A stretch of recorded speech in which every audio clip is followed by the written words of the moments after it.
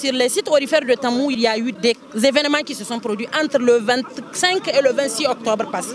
Alors, nous, le M62, nous avons jugé utile d'aller voir ce qui s'est réellement passé. Le M62 s'est déplacé le jeudi pour se rendre à Tamou, voir les tombes, voir l'état de lieu et ce qui s'est réellement passé. Et effectivement, quand on est venu, il y a une contradiction. Après nous, la CNDH est partie. Après nous, le ministre de l'Intérieur aussi s'est rendu sur les sites aurifères. Ils ont compris que la réalité était ce que le M62 a dit. Maintenant, ils nous ont convoqués à 2 ou 3 procès. Aujourd'hui, c'était le 23, c'est l'avant-dernier procès. On a gagné ce procès parce que l'État du Niger retire sa plainte. Elle arrête de poursuivre le M62 sur ce qu'eux-mêmes ils ont dit.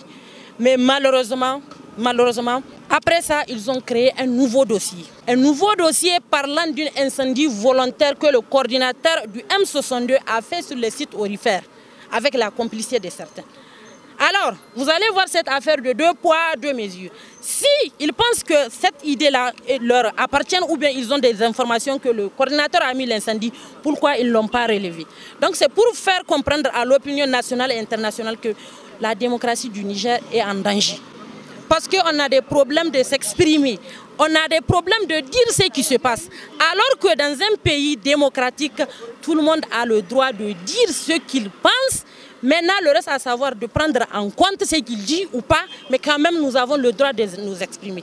Ils nous poursuivent une deuxième fois pour des faits qu'ils ont dit qu'ils ont eu de récits récemment, que le coordinateur de M62, avec la complicité de certaines personnes, ils ont mis le feu dans le hangar des orpailleurs sur le site aurifère.